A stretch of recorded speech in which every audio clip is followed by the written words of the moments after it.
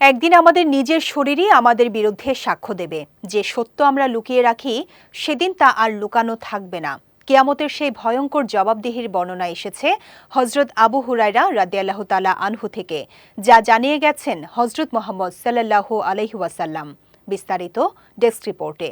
নীরব এক অপেক্ষা, এক অনিবার্য দিন, যেদিন মানুষ দাঁড়াবে তার রবের সামনে। কোনো আড়াল থাকবে না, কোনো গোপনীয়তা থাকবে না। সেই দিনের কথাই বর্ণনা করেছেন হযরত আবু হুরায়রা রাদিয়াল্লাহু তাআলা আনহু, যা শুনিয়েছেন হযরত মুহাম্মদ সাল্লাল্লাহু আলাইহি ওয়াসাল্লাম।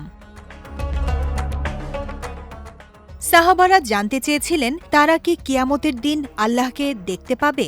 রাসূল সাল্লাল্লাহু আলাইহি ওয়াসাল্লাম বললেন, তোমরা কি ভর দুপুরে মেঘমুক্ত আকাশে সূর্য দেখায় কোনো সন্দেহ করো? তারা বলল, না। তিনি বললেন, তোমরা কি 14 তারিখের রাতে মেঘহীন আকাশে চাঁদ দেখায় সন্দেহ করো? তারা বলল, না।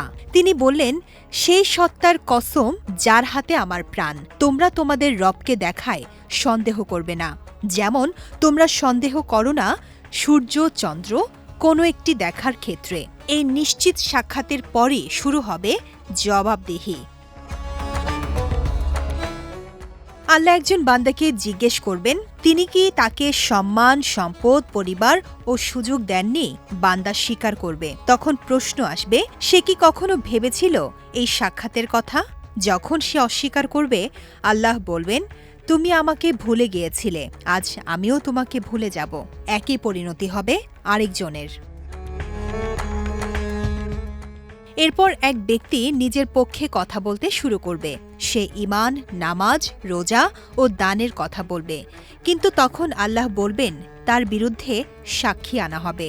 হঠাৎ তার মুখ বন্ধ হয়ে যাবে, আর তার নিজের হাত, পা ও শরীরই তার আসল আমল প্রকাশ করে দেবে। কোনো অজুহাত তখন আর টিকবে না। এই ব্যক্তি সেই মুনাফিক যার ভেতর আর বাহির এক ছিল না। এই ঘটনা বর্ণিত হয়েছে সহিহ বুখারী ও সহিহ মুসলিমে। এটি আমাদের মনে করিয়ে দেয়, মানুষ যা গোপনে করে তা একদিন প্রকাশ হবেই।